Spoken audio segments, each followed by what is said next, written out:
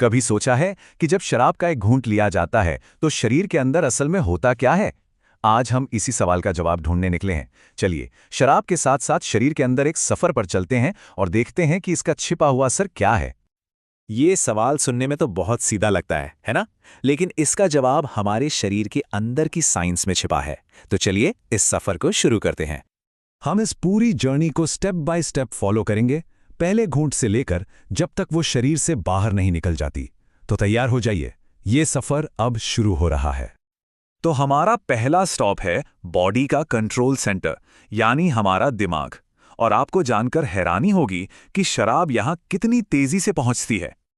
सोचिए, शराब पीते ही ये हमारे खून की मेन हाईवे पर आ जाती है और सिर्फ 30 से 90 मिनट के अंदर ये अपने पीक पर होती है, मतलब बहुत ही तेजी से।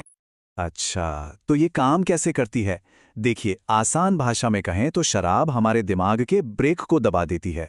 ये गैबा नाम के एक केमिकल को बढ़ा देती है जो दिमाग की एक्टिविटी को धीमा कर देता है, और इसी वजह से शुरुआत में वो आराम और रिलैक्सेशन वाली फीलिंग आती है। पर मजे की बात यह है कि हर ड्रिंक का असर एक जैसा नहीं होता। जैसे वोडका जैसी कोई ड्रिंक बियर या वाइन के मुकाबले खून में कहीं ज्यादा तेजी से घुलती है, मतलब उसका असर भी उतनी ही जल्दी महसूस होता है। अब देखते हैं कि खून में अल्कोहल का लेवल बढ़ने से क्या क्या होता है।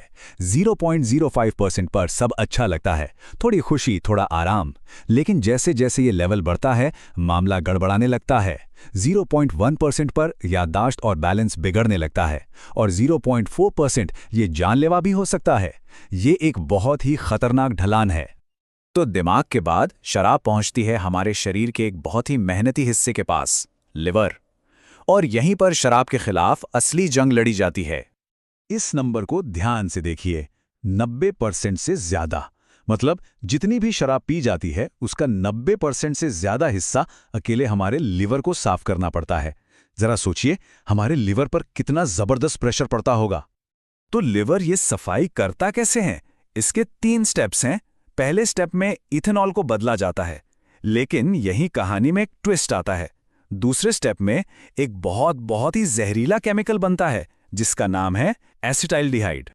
एसिटाइलडिहाइड, ये नाम याद रखिएगा, ये हमारी कहानी का असली विलन है।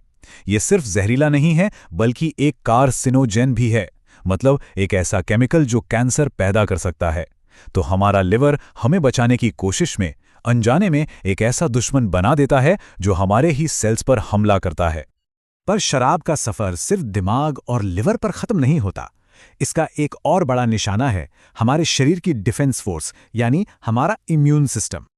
नेशनल इंस्टीट्यूट ऑफ हेल्थ कहता है, शराब इम्यून रास्तों को जटिल और विरोधाभासी तरीकों से बाधित करती है।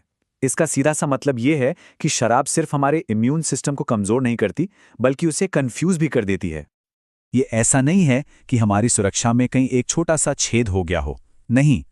ये हमारी सीमा की दीवारों यानी जन्मजात इम्यूनिटी और हमारी स्पेशल कमांडो फोर्स यानी अडैप्टिव इम्यूनिटी दोनों को एक साथ कमजोर कर देती है। ये हमारी पूरी डिफेंस सिस्टम पर दो तरफा हमला करने जैसा है। और जब इम्यून सिस्टम कमजोर होता है तो उसका असर असल जिंदगी में कुछ इस तरह दिखता है।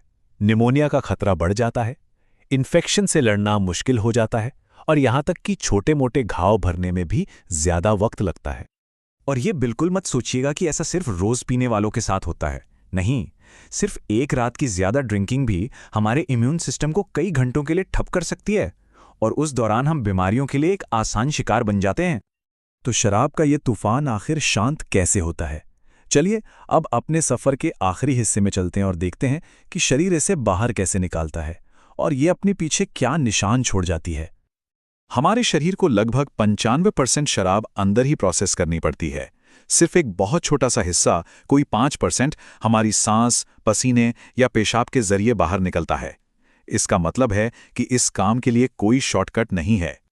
और यहां एक और हैरान करने वाली बात है, हमारा शरीर शराब को एक फिक्स्ड धीमी स्पीड से ही साफ कर सकता है, लगभग 1 ड्रिंक प्रति घंटा।